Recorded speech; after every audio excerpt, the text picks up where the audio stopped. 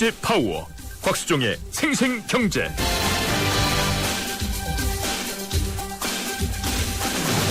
안녕하십니까. 10월 17일 목요일 YTN 생생경제 시작하겠습니다. 곽수종입니다. 제가 오늘 재밌는 경험을 한 게 있습니다. 아침에 택배하시는 분이 제 카드 우편을 10시까지 갖다 주신다고 했습니다. 기다리다가 전화가 온 목소리는 연세가 많이 드신 분의 목소리였습니다. 만나서 뵙고 보니까 75세 정도 되셨더라고요. 할아버지가 택배로 카드사의 카드를 저에게 배달해주는 역할을 하셨습니다. 이분이 저에게 길을 잘못 드는 바람에 한 20분 늦어서 연신 죄송하다면서 고개를 끄덕거리시는데요. 자본주의가 인간이 가져야 될 기본 도덕마저 파괴시키는 건 아닌가 싶어서 씁쓸했습니다. 그 와중에 오늘 여러분께서 국정감사 이야기를 들으셨으면 동양그룹 투자자에 대한 피해 배상 문제에 대한 이야기를 들으실 수 있을 겁니다. 동양그룹이 법정 관리에 들어갔다고 합니다. 자본주의의 타락이 어느 정도까지 진행될지는 모르겠습니다. 하지만 저축은행 사태에 이어서 우리 금융시장 수많은 붉은 신호, 적신호에도 불구하고 금융감독원이나 정부 그리고 개인 투자가는 물론이고 기업까지 도덕적 해이에 빠져서 자본주의의 타락에 한몫을 하고 있는 건 아닌지 모르겠습니다. 투자들에 대한 피해 보상 어떻게 될지 궁금하시죠? 2부 경제 핫이슈 시간에 자세히 들여다보겠습니다. 그리고 3부 경제 핫이슈 시간에는요, 부실 채권 개인의 채무를 대부업체에 팔아넘기는 은행들이 요새 있다고 합니다. 요새가 아니군요. 민주당 김기준 의원과 함께 인터뷰 나눌 테니까 3부에서도 관심 가져주셨으면 좋겠습니다. 곽수종의 YTN 생생경제 1부 시작합니다.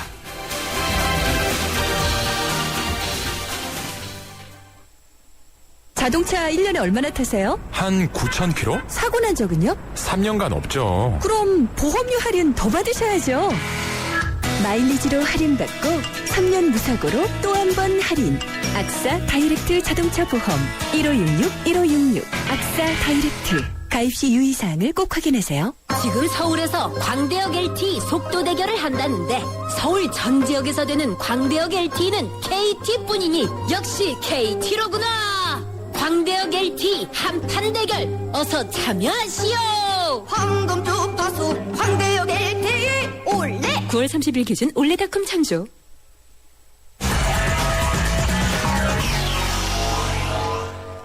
네, 오늘 증시 알아보겠습니다. 신한금융투자의 곽상준 팀장입니다. 안녕하세요. 네, 안녕하십니까. 곽상준입니다. 예, 미국에서 좋은 소식이 들려서 그런지 2040을 주가지수가 회복한 것 같습니다. 네, 맞습니다. 2040 넘어서 2040.61포인트로 장을 마감했습니다. 예. 딱 6포인트가 올라서 0.29% 오른 흐름인데요. 사실은 아침에는 훨씬 더 좋았습니다. 아침에 그 미국 시장에 그 좋은 소식이 전해지면서 훈풍에 무려 16포인트나 상승해서 시작을 했었고요. 네. 장중에는 2052포인트까지 찍었습니다만, 최근에 주식시장이 계속 고공행진을 했기 때문에 이에 따른 부담감이 느껴지면서 마감이 2040포인트로 했습니다. 반면에 코스닥 시장은 이틀 연속 하락하는 모습 보여주었는데요. 어제도 굉장히 좋지 않았었는데 오늘도 0.79% 4포인트 이상 빠지면서 521.52포인트를 기록을 했습니다. 아무래도 코스닥 시장 분위기가 굉장히 험한데요. 기관들의 매도세가 코스닥 시장을 짓누르고 있습니다. 최근에 대형주 흐름들이 워낙 좋기 때문에 코스닥에서 주식을 팔고 그런 부분들을 대형주로 옮기는 거 아니냐 하는 그런 의혹이 들 정도로 기관들의 매도가 코스닥 쪽에서는 상당히 좋지 않은 모습 보여주고 있습니다. 그렇군요. 그런데 또 재밌는 거는 외국인들의 매수세가 지금 신기록 세우고 있는 거 맞죠? 네, 맞습니다. 오늘 거래일로 오늘 사실 가장 특징적인 부분이 그 부분인데요. 35거래 드디어 한국 주식시장 이후로 최고 신기록을 기록을 했고요. 그리고 최근 2달간 그러니까 본격적으로 외국인들이 매수세가 시작될 즈음이었죠. 딱 이제 2달 가까이째 지금 매수를 해주고 있는데 13조 5천억 정도 수준 2달 동안에 외국인들의 누적 순매수가 무려 13조가 넘어서 계속해서 한국 주식시장을 사고 있는 상황입니다. 전에도 한번 그 이유에 대해서 말씀을 해 주셨지 않습니까? 첫 번째는 네네. 우리 주식이 아직도 싸다. 그리고 네. 신흥국에 들어와 있던 돈이 갈 곳을 못 찾는데 한국 시장에 상대적으로 좋으니까 들어와 있다. 네. 여러 가지 또 뱅가드 펀드에서 이 청산됐던 부분이 다시 지금 증시를 찾고 있다. 이런 말씀까지 해 주셨는데 네네. 계속 그 세 가지 정도가 유효한 것입니까? 아니면 다른 의미가 네. 있다고 봐야 되는 겁니까? 네네, 그 유효하고요. 이제 뱅가드 펀드 정도는 어느 정도 다 그 비었던 곡간을 다 채운 상황이 아니겠느냐 이렇게 보여지는데요. 8조 정도니까 그죠? 네. 최대한 봐도. 예, 그렇죠. 예. 그리고 지금은 한국 시장을 긍정적으로 보고 있는 장기 관점의 투자자들이 네. 계속 투자를 이어가는 것이다라는 점하고 그리고 제가 방송에서 자주 언급드렸던 이 본원 통화 증가에 따라서 네. 그 향후에 있을 달러 통화 가치 하락을 대비하는 네. 그리고 또 하나는 그거죠. 통화 가치 하락도 대비하는 것이긴 합니다만 이미 미국 시장에 돈이 차고 넘치는 상황이기 때문에 예. 미국 자국 내 투자뿐만 아니라 해외 투자까지 지금 이루어지는 상황에서 그중에서 가장 그 해외 투자처 중에서 유망한 한국이 수혜를 입고 있는 상황이다. 이렇게 볼 수가 있겠죠. 그러나 뭐 여전히 이렇게 되면 조금 등이 따끔따끔한 게 걱정이 네. 되는 부분도 있습니다. 미국이 이번에 이제 그 노벨상 수상자 중에 한 명인 실러 교수가 계속해서 그 경고를 보내지 그렇죠. 않습니까? 예. 저는 그 귀담아 들어야 되는 경고라고 판단을 하는데요. 예. 그 경고처럼 미국 시장이 지금 사실 2007년에 경기 그렇게 좋았을 때보다 경기가 더 좋은 건 아님에도 불구하고 자산 시장은 그 이상 돌파를 하는 모습입니다. 결국 그거는 일종의 자산 버블이 이루어지기 시작한다라는 것인데요. 네. 실러 교수 말처럼 브레이크를 빨리 밟지 않고 계속 이렇게 놔둘 때는 자산 버블이 다시 한번 도질 것이고 그렇게 되면 또 후폭풍이 있는데 만약 그렇게 되면 외국으로 뿌렸던 돈도 한꺼번에 회수를 하게 될 겁니다. 그래서 네. 미국의 위기가 한국의 위기로 번지게 되는 그런 흐름들은 최근에 외국인들 매수세가 즐겁긴 합니다만 그 이면의 그림자로 계속 우리를 들이고 있는 부분이다 이렇게 볼 수 있겠습니다. 제가 안 그래도 말씀 끝나자마자 그 부분을 여쭈려고 그랬는데 지적해 주셔서 고맙습니다. 보통 이 카산드라라고 별명을 가진 이 로버트 실러 교수가 네. 지금 돈이 너무 한 7조 원 정도, 7조 달러 정도 풀리다 보니까 이 본원 통화, 즉 네. 현금과 이 보통 예금이 너무나 늘어나 있는 상태다. 이게 자칫하면 자산 버블을 일으켜서 네. 이 또 다른 위기를 가져올 수 있다. 이런 지적 아니겠습니까? 그죠? 네, 그렇습니다. 자, 네. 그렇다 그러면 상대적으로 금값은 어떻게 돼야 된다고 봐야 됩니까? 네, 만약에 그 자산 버블이 와서 금융시장이 혼동된다면 금의 경우는 또다시 절대화폐로 네. 부각이 될 가능성이 상당히 높죠. 그래서 네. 그렇게 된다면 지금 뭐 최근에 좀 계속해서 흘러내려가고 있는데요. 네. 다시 한번 뭐 좋은 흐름들을 보여줄 수는 있겠습니다만 일단 아직 거기까지는 네. 시간이 좀 상당히 남아 있어서 당장에는 그것과는 금값이 연계되지는 않을 것으로 보여집니다. 그렇군요.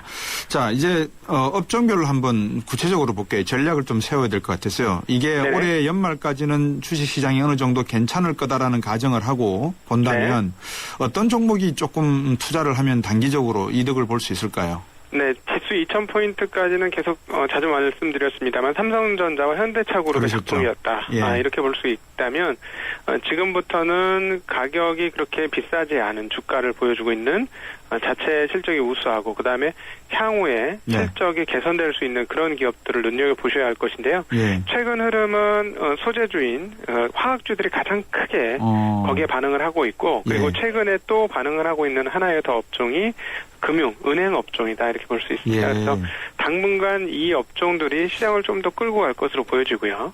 중국 시장이라든가 이런 쪽에서 개선 사항들이 조금 더 나타난다면 그때는 뭐 철강까지도 반응을 할 것이다. 만약에 철강까지 반응한다면 시장은 굉장히 뜨거운 시장이 될 것이다 이렇게 보여지고요. 또 하나 국제적으로 하나의 포인트가 될 수 있는 기점이 하나 있겠습니다.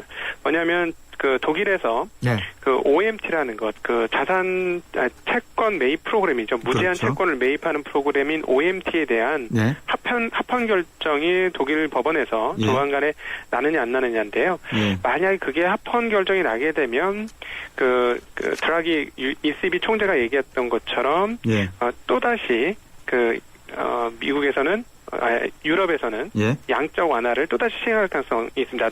LTRO라는 예. 3차 LTRO를 시행할 가능성이 상당히 높은데요. 예. 그렇게 되면은 유럽만 지금 유독 그 본원 통화량이 줄어들고 있는 상황이었는데 예. 3차 LTRO를 시작하면 유럽마저도 양적 완화 대열에 참여하는 것이기 때문에 예. 전 세계적으로 자산 가격 그 상승 가능성은 더 커지는 것이다 이렇게 볼 수 있겠습니다. 그렇군요. 말씀 듣고 보니까 본격적인 화폐 전쟁이 조만간에 실시될 수 있다는 뜻이 될 것 같고 네네. 제 개인적인 판단입니다만 독일도 분명히 OMT를 합품 판결할 것 같습니다. 기초통화 네네. 싸움을 해야 되기 때문에 그죠? 네네네. 네, 오늘 말씀 잘 들었습니다. 고맙습니다. 네, 감사합니다. 신한금융투자의 곽상준 팀장이었습니다.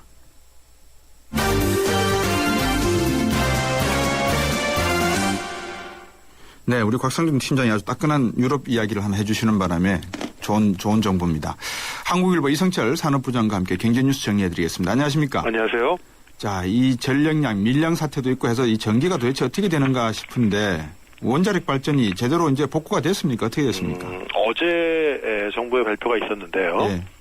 신고리 원전 3호기와 4호기 두 개는 지금 이제 짓고 있는 단계입니다. 예. 거의 이제 다 됐는데 여기에 케이블을 교체한다라고 발표가 됐습니다. 이제 지난번에 이 시험 성적서 조작 위조 사건이 있었지 않습니까? 네. 그래서 위조된 판단에 의해서 납품이 된 부품들이 발견이 됐고 그걸 다 교체하고 있는데 그렇죠. 이 신고리 3호기, 4호기 같은 경우도 케이블에 문제가 과연 없었는지 검사를 네. 했는데 결국 불합격 판정을 받았습니다. 그래서 이 케이블을 다 교체를 해야 되는데 예. 이 케이블을 다 늘어놓으면 900km가 된다고 그럽니다. 서울하고 부산을 예. 왕복하는 거리가 되는 거죠. 네. 어마어마한 양입니다. 이걸 다 교체하려면은 시간도 엄청나게 걸리지 않겠습니까? 네. 또 새로 업체 선정하고 검사해야 되고 네. 두 발전소 모두 다 140만 킬로와트급으로 우리나라에 있는 원전 중에는 굉장히 큰 규모에 속합니다. 둘이 네. 합쳐서 280만, 300만 킬로와트 정도가 육박하는데요. 올해 원래 이제 아주 올여름에 지난 여름에 아주 극심한 전력난을 겪으면서 정부가 내년에 이 두 개가 완공이 되면은 전력 공급에 숨통이 트인다 이렇게 얘기를 했는데 지금 이게 케이블 교체 때문에 정상적인 완공이 불가능합니다. 원래는 신고리 3호기는 내년 8월, 그다음에 4호기는 내년 9월 이렇게 완공될 예정인데 이게 지금 교체 문제 때문에 아마 1년 이상 지연될 거다 이런 얘기가 나오고 있고 그러다 보면 결국 내년에 전기가 추가적으로 공급되는 건 없습니다. 그러다 보면은 결국 올해와 같은 이 전력난, 이 이른바 전력 보릿고개가 또 한 번 재현되는 것이 아니냐. 지난 8월 생각해 보시면 아마 기억날 겁니다. 이 대형 건물은 엘리베이터까지 멈췄고 그렇죠. 에어컨 다 끄고 정말 국민들이 비지땀 뻘뻘 흘리면서 이 힘겨운 전력난을 극복을 했는데 아마 내년에도 또 이 전력을 쥐어짜는 전기 쥐어짜고 국민들의 희생과 땀으로 아마 이 전력 고비를 넘겨야 되는 그런 상황이 올 것 같습니다. 요즘은 또 여름만 그런 게 아니라 겨울에는 난방 수요 때문에 겨울에도 이 블랙아웃 걱정이 나오고 그러는 상태인데 내년 여름, 내년 겨울 또 한 번 참 힘겨운 싸움을 해야 될 것 같고 어쨌든 이 원전 비리 문제 때문에 국민들이 또 한 번 스트레스를 받고 땀을 흘려야 되는 상황인데 뿐만 아니라 이제 밀양 같은 경우도요. 밀양도 사실은 원전 3호기, 신고리 원전 그렇죠. 3호기가 조기 가동된다는 전제 하에 지금 그 송전탑 건설 공사를 강행한 거거든요. 근데 원전 개통이 이제 늦어지게 되면은 이게 이 공사를 강행했던 명분도 그만큼 약해질 수밖에 없습니다. 글쎄 말입니다. 그러니까 반대하는 주민들은 또 계속 이거 봐라, 이게 아니었지 않느냐 지금 본질은 따로 있다. 그렇게 얘기를 하고 있고 아무튼 전기 문제가 계속 꼬여가는 것 같습니다. 거기다가 또 기업들은 전기요 판매를 하려고 광고를 낼 거고요.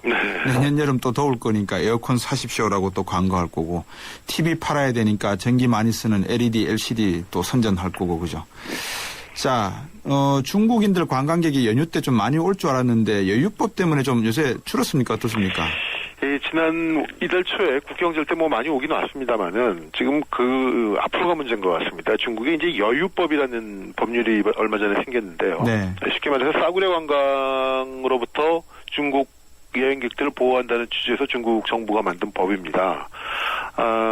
아무래도 이제 그 여행 상품 중에는 이제 싸구려 저가 관광 상품들이 꽤 있지 않습니까? 그렇죠. 그럼 나가면 주로 쇼핑으로 대부분 이 저가를 보전하는 여행사들이 아주 옵션 관광이니 쇼핑센터 방문이니 이런 것들로 이제 채워지는 게 많은데 이런 관광들을 못하게 했습니다.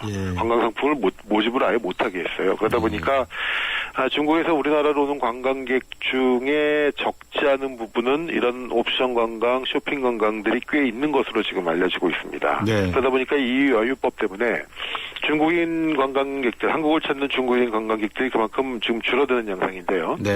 국내에서 가장 큰 이 여행사라고 할 수 있는 하나투어하고 모두투어의 예를 보면은 하나투어 같은 경우에 8월하고 9월에 둘 다 10,000명씩 넘은 10,000명 이상의 중국인 관광객을 모집해서 들어왔습니다. 네.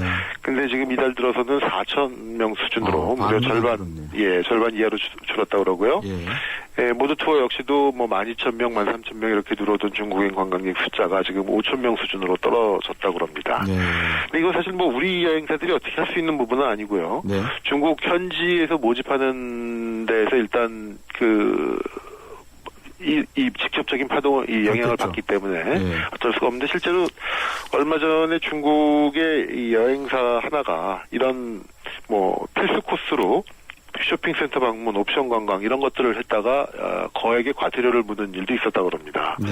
그러다 보니까 지금 아무래도 이 중국인 관광객 모집이 상당히 이 위축이 되고 있는 그런 상태인데 한 재작년만 하더라도 중국인 관광객보다 사실 일본 관광객이 훨씬 많았습니다. 네. 근데 일본 관광객 같은 경우에 양국 관계가 아주 급속하게 냉각이 되고 거기다가 이제 엔화가 상당히 부담스러워지면서 요즘 이 시내 이럴 때를 다녀보면은 일본인 관광객은 별로 찾아볼 수 없고 중국인 관광객들이 거의 뭐 채워지고 있는 상태인데 만약에 중국인 관광객까지도 줄어들게 된다면은 이 관광 에 의지하고 있는 우리나라의 상당수 이 시내 일원의 상가, 뭐 화장품 숍들, 의류 상가들 이런 데들은 영향을 받을 것 같고요.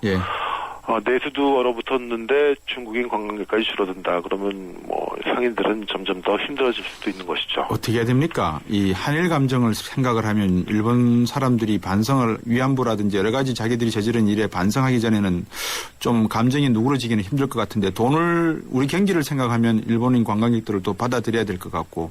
가장 이상적으로 사실은 뭐 이런 역사 문제와 일반 경제 교류 또 관광 교류 같은 건 좀 분리가 되는 것이 가장 이상적이겠죠. 네. 이 역사 문제라든가 이런 부분에 대해서는 우리가 도저히 이거는 뭐 양보할 수 없는 부분이고요. 네.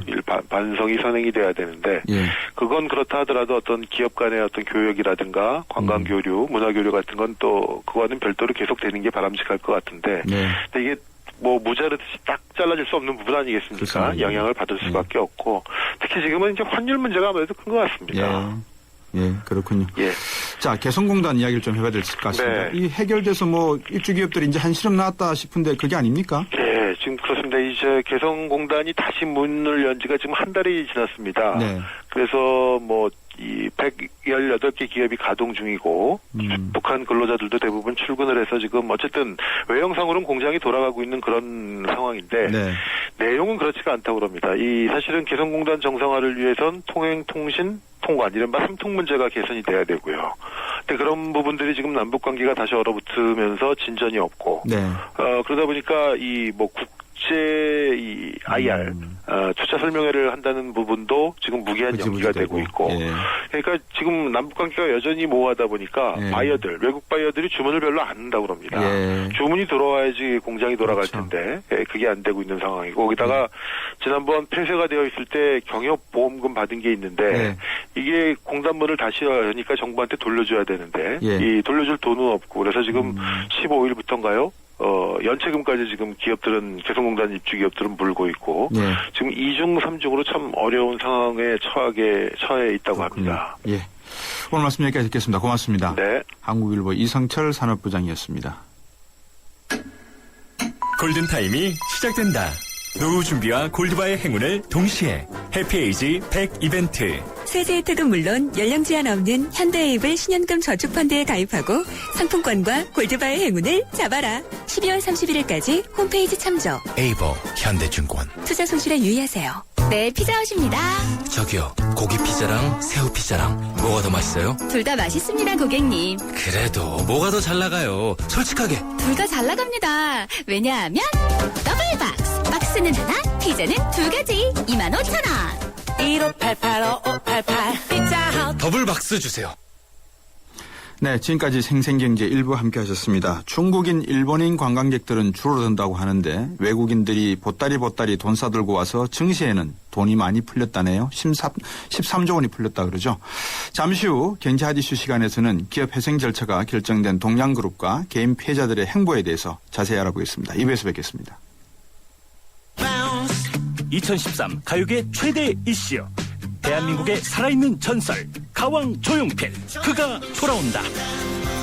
음악으로 대중의 정서와 공감을 이루며 함께 호흡하는 무대 위의 거인 조용필.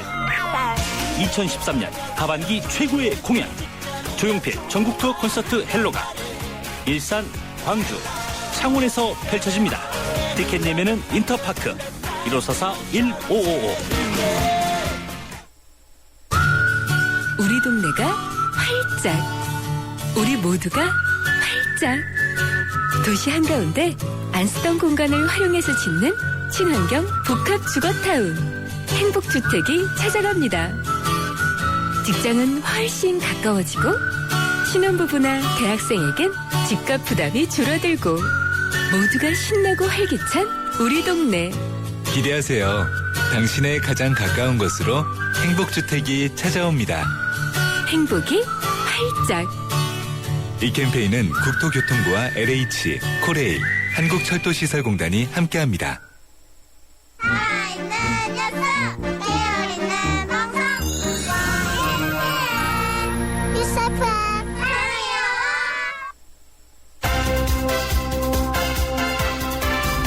문제는 경제다. 경제를 풀어봅니다. 곽수종의 생생경제.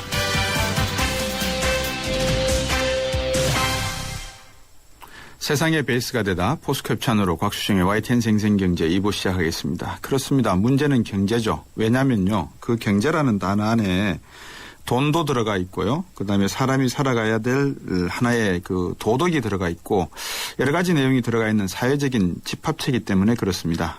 근데 이 경제라는 게 참 어렵네요. 그죠?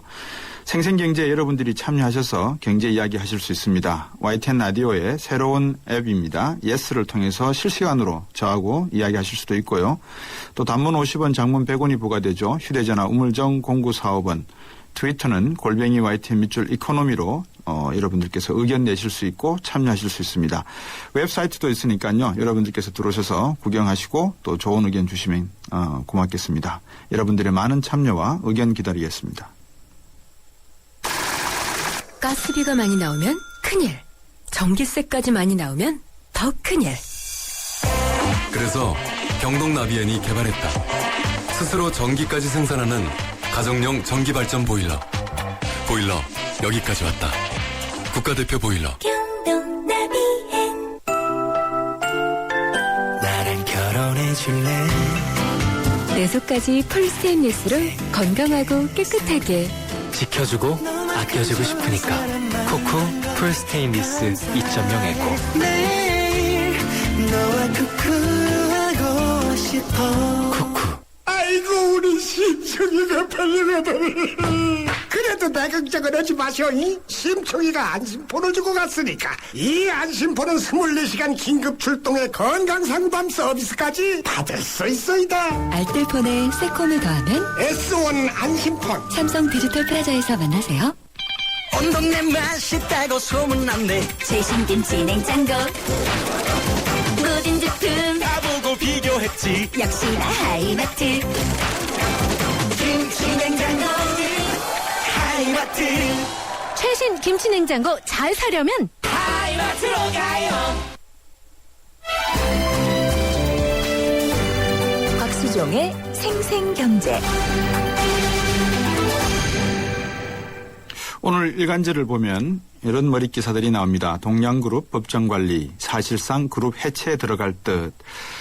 동양그룹 계열사 5곳이 본격적인 기업 회생 절차에 들어갔습니다. 여기서 말하는 기업 회생 절차를 또 다른 말로 법정관리라고 합니다.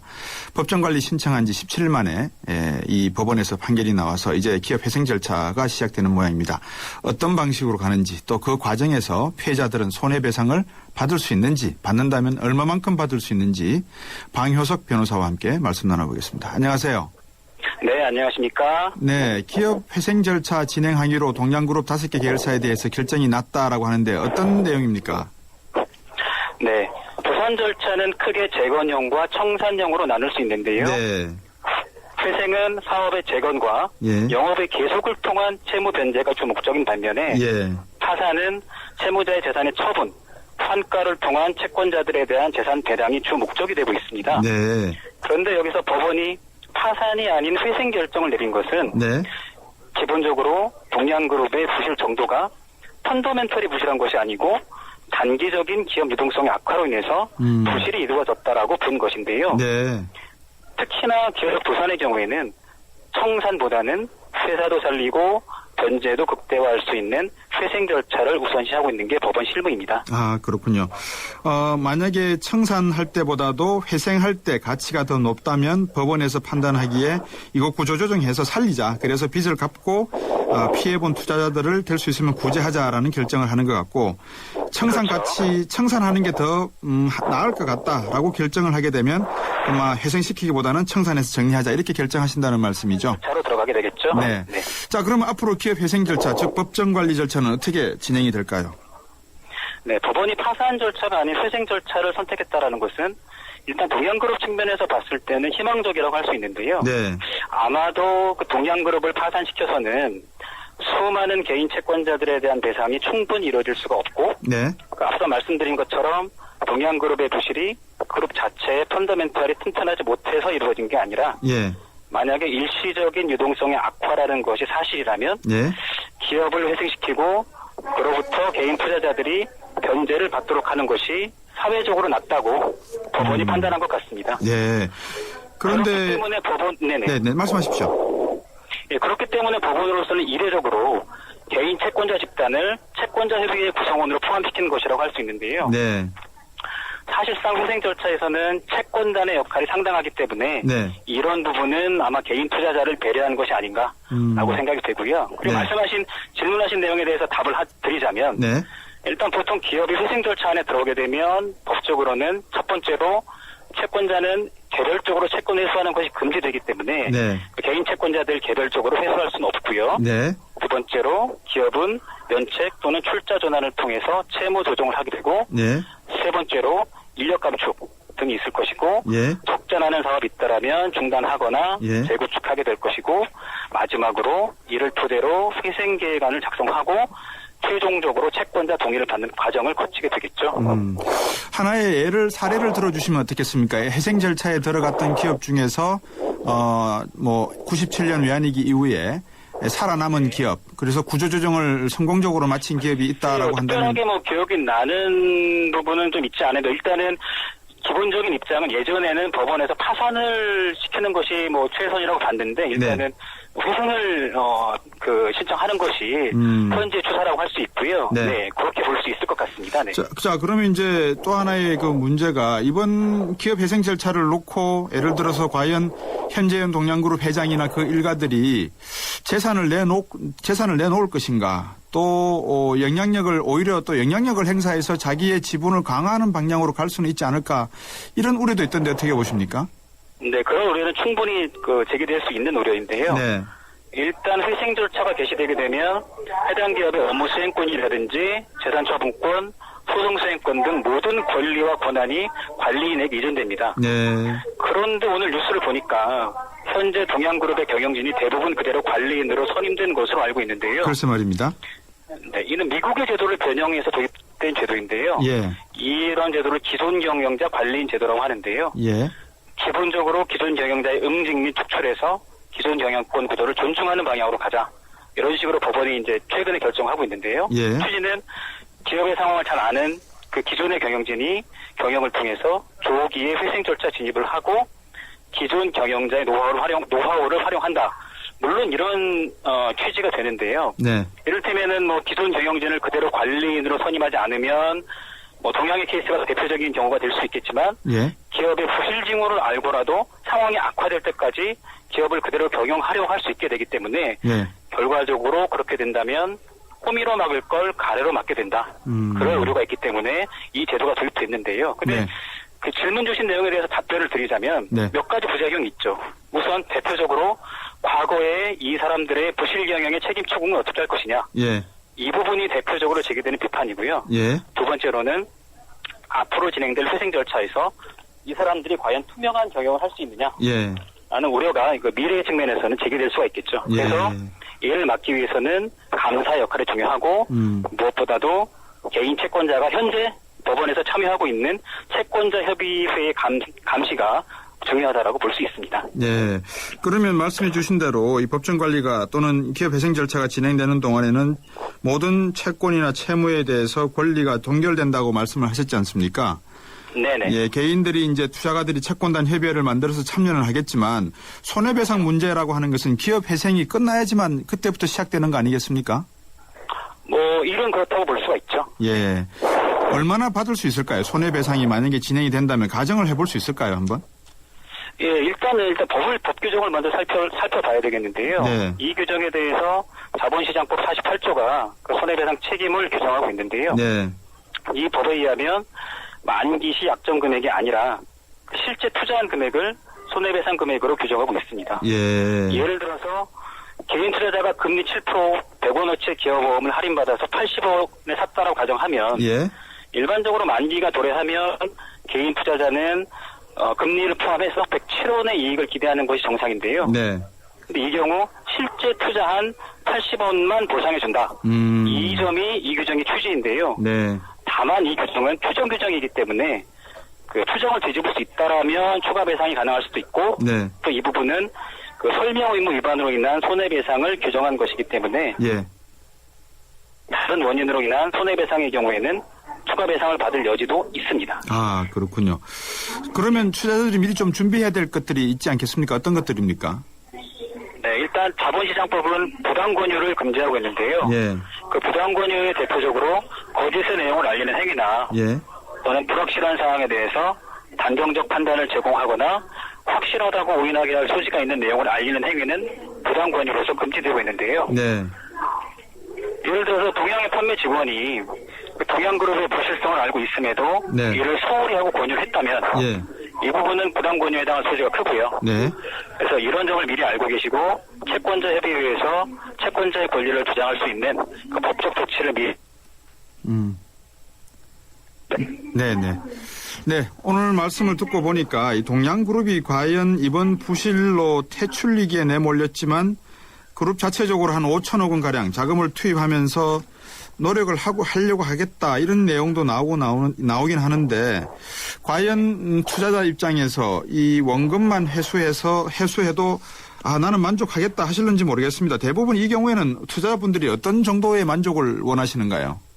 뭐 일단 기본적으로 원금은 물론이고 그 만기시의 이자 플러스 뭐 예를 들면은 그 만기시에 예를 들어 3개월 뒤에 어떤 만기 금액이 있다라면 그 금액을 이용해서 어떤 다른 투자를 할 수 있었을 거 아니에요. 그렇죠. 그럼 그렇다면 그로 인해서 발생할 수 있는 이득까지도 정상적으로 이 회수가 됐다라면 얻을 수 있었기 때문에 네. 최소한 만기시 투자를 받은 만기시 회수할 수 있는 금액에 있어서 은행 이자 정도의 이율 이 정도는 보상을 해줘야 되는 게 아닌가라고 생각을 하는데요. 네.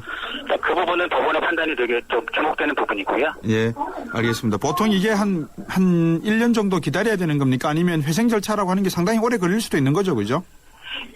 뭐 빠르면 3개월에서 6개월 진행되기도 하는데 이 부분은 워낙에 또 여론이 있기 때문에 또 그 이상 갈 수도 있을 것 같습니다. 예, 오늘 또 이 공항에서 바쁘신데 이 인터뷰까지 해주셔서 고맙습니다. 감사합니다.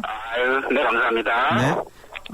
방효석 변호사와 함께 말씀 나눠봤습니다. 이 공항에서 인터뷰하시느라 음질이 조금 안 좋았습니다. 청취자 여러분 이해해 주시기 바랍니다. 곽수종의 생생경제를 다양하게 만나는 방법. YTN 라디오 앱 예스와 YTN 라디오 웹사이트, 팟캐스트를 통해서 실시간 청취와 다시 듣기가 가능합니다. 언제 어디서나 손쉽게 만날 수 있는 곽수종의 생생경제. 참 좋다. 네. 이 전 세계 이 경제 흐름 또 한번 짚어봐야 되겠죠. 글로벌 경제 이슈 시간입니다. 오늘도 연합인포맥스의 이장원 부장과 함께 말씀 나누겠습니다. 안녕하세요. 네, 안녕하십니까. 요새는 뭐니 해도 이거 미국 그 디폴트 이야기겠죠? 예, 맞습니다. 셧다운, 디폴트 이게 이제 미국 그 두 가지 이슈인데요. 네. 오늘 이제 그 미국 의회에서 이 디폴트를 막는 부채 한도 증액 협상 이게 이제 그 타결이 됐고요. 네. 네, 마감 시간이 오늘 우리 시간으로 오늘 낮 1시였는데 거의 뭐 한 2-3시간 남겨놓고 의회를 그 통과할 정도로 아주 그 급박하게 돌아갔습니다. 네. 그 민주당, 공화당 양당이 좀 한 달간 계속 그 접점을 찾지 못하고 교착 상태에 이제 빠졌던 협상이 오늘 새벽 상원에서 여야 지도부가 접점을 좀 찾으면서 급물살을 탔고 오늘 오전 상원, 하원 표결 잇따라 통과하면서 이게 미국은 이제 국가부도 위기를 넘겼다 이렇게 볼 수 있고요. 그 문 닫았던 그 셧다운됐던 그 정부가 이제 재가동이 되고 미국은 앞으로 이제 부채 한도를 늘려서 그 정부 지출을 할 수 있게 됐고요. 이 타협안의 주요 내용을 보면 그 셧다운 관련해서는 이제 연방 정부의 폐쇄 상황을 이제 종료하기 위해서 내년 1월 15일까지 그 정부 운영에 필요한 자금을 공급하기로 했고요. 이 정부 부채 한도 디폴트 관련해서는 내년 2월 7일까지 그 이 부채 한도 적용을 유예하기로 했습니다.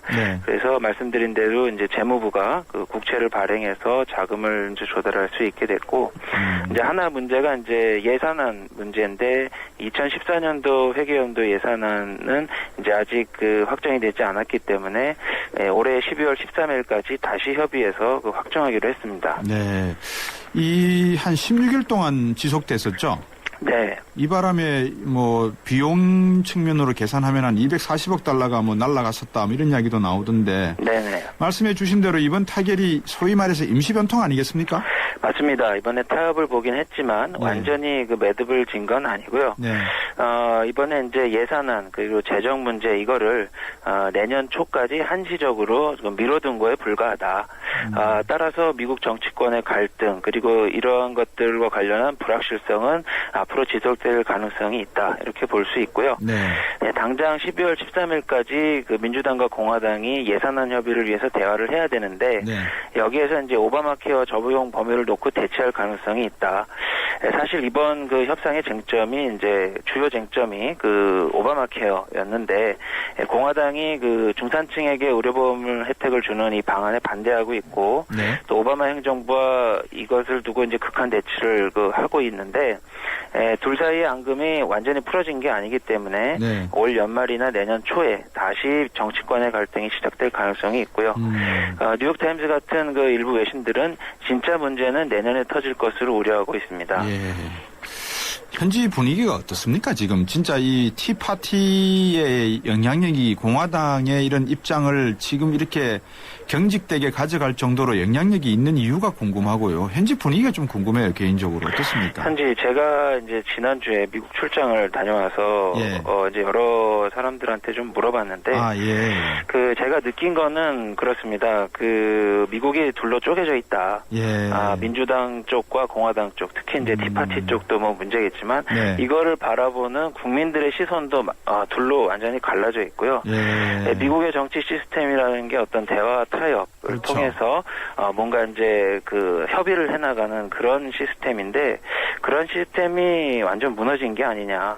사실 이번에 그 이 부채 한도 협상도 이번에 처음 이렇게 문제가 된 게 아니라 올해 초 2월에도 문제가 됐었고 작년에도 문제가 됐었고 근데 이거를 아직까지 해결을 하지 못하고 임시 변통으로 계속 그냥 그 순간만 모면해 나가는 그런 형태로 진행해 나가고 있다는 자체가 좀 미국의 그 미래에 대해서도 좀 시사하는 점이 크다 이렇게 보고 있습니다. 저희가 이런 거를 은유적으로 표현할 때 정치적인 예술이 좀 부족한 측면이 있다. 아트가 좀 부족하다 이런 표현을 쓰지 않습니까? 예, 맞습니다. 그런 정치계 쪽의 아트를 뭐 이번에 다녀오셨다니까 제가 여쭤보고 싶은 게 월가나 이쪽 그 워싱턴에서 조금만 위로 올라가면 월스트리트 아닙니까? 그죠? 예. 금융시장 반응은 어떻습니까?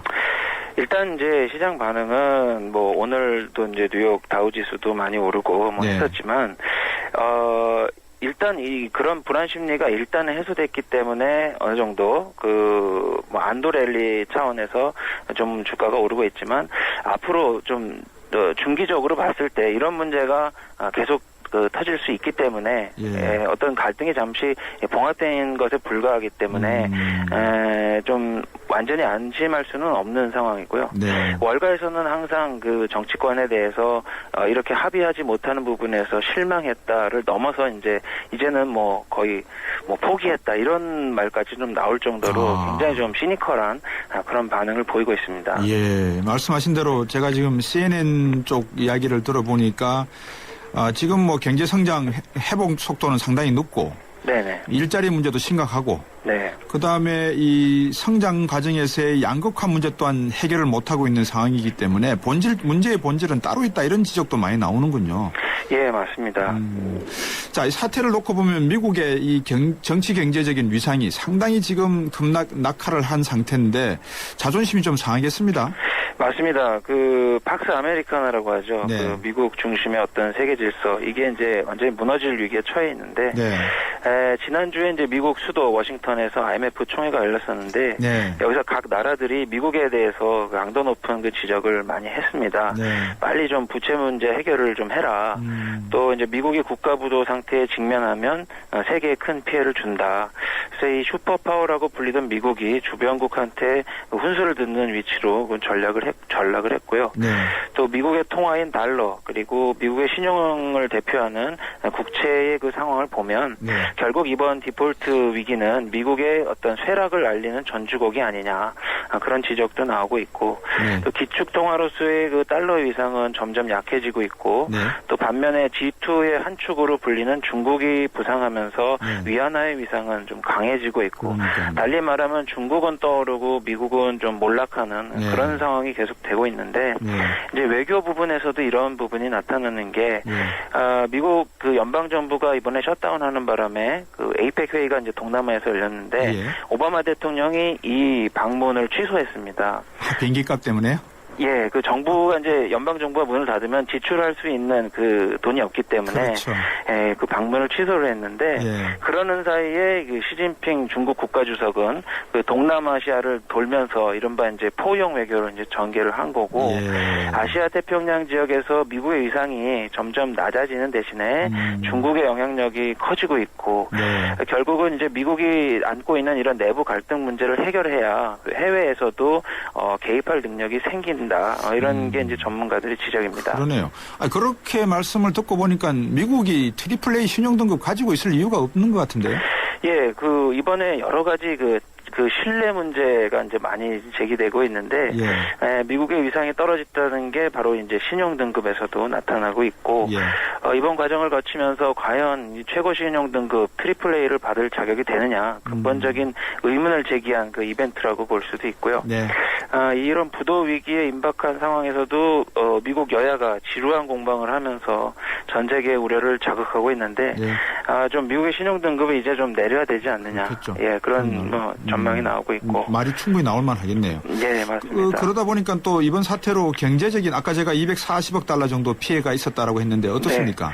맞습니다. 그 대략 이제 3주간 셧다운을 하면서 피해 규모가 한 240억 달러, 우리 돈으로 한 25조 원 정도 되는 걸로 추산이 되고 있고요. 이거는 이제 그 콜로라도 주를 그저 비상 사태로 몰아넣은 수해 피해 20억 달러, 이거의 10번 이상 그 되풀이 된 걸로 그렇게 좀 파악이 되고 있고요. 경제 성장률 역시 3%대로 예상했던 게 2% 초반으로 떨어질 것으로 전망이 되고 있습니다. 참 나라의 정치가 이렇게 힘을 못 쓰고 있으면 미국 같은 나라는 경제 성장에도 0.5%까지 떨어진다는데 우리나라 정치는 어떤 곳인지 모르겠습니다. 오늘 말씀 잘 들었습니다. 고맙습니다. 네, 감사합니다. 연합인포맥스의 이장원 부장이었습니다. 묻지도 따지지도 않고 가장 많이 쓰는 깔기만 해도 심장이 바운스 뭐 스마트폰 1등 주식 어플을 소개합니다. 증권사 어플 이용자 수 1위 키움증권 2013년 5월 랭키닷컴 기준. 역시 스마트폰에서도 키움 깔아야 되나? 고민하지 말고 키움 까시오. 투자 손실에 유의하세요. 아이가 뗐으면 사탕을 주긴 하는데 마음이 복잡해요. 먹여도 되나? 몸에 좋은 것도 아닌데. 서울우유가 엄마의 고민 하나를 덜었다. 칼슘에서 비타민 D3까지 우유의 영양이 듬뿍. 이거 완전 씹어먹는 우유네. 서울우유 밀크캔디. 모두가 하고 싶어하는 일보다 누군가 해야 하는 일을 하자. 오늘의 이익보다는 내일 더 필요한 일을 하자. 함께할 때 더 큰 가능성을 창조할 수 있기에 함께 더 멀리 내일을 키우는 에너지 한화. 짧아서 더 아쉬운 가을. 그래서 쉐보레가 10월 특별 혜택을 준비했습니다. 쉐보레 차량 구매 시 최대 120만 원 특별 지원. 스파크 또는 크루즈 디젤 구매 시 최대 36개월 무이자 할부. 최대 36개월 1.9% 초저리 할부. 쉐보레 혜택으로 즐거운 가을 여행을 떠나보세요. 일부 차종 제외 10월 31일까지. Chevrolet, find new roads. 97년 외환위기 이후에 여러분들이 곰곰이 생각해 보시면 회생 절차에 들어갔다가 살아난 기업들이 그렇게 많지가 않습니다. 지방 건설사들은 다 중앙건설사에게 대한 인수합병 되어버렸고요. 8498번님이 98년도 크라운제가 법정 관리되었다가 채무 변제하고 지금은 혜태제가도 인수 경영하고 있습니다. 그렇죠. 이런 분 8498님이 좋은 정보 주셨네요. 어쨌든 이 기업이 회생 절차에 들어갔다라고 하는 것은 갈 때까지 갔다라는 내용인데 글쎄요. 그 과정 속에서 기업주가 얼마나 돈을 빼돌렸는가가 결국은 회생의 가능성 여부가 있지 않나 싶습니다. 지금까지 YTN 생생경제 1, 2부였습니다. 4시 뉴스 듣고 4시 10분에 3부에서 뵙겠습니다.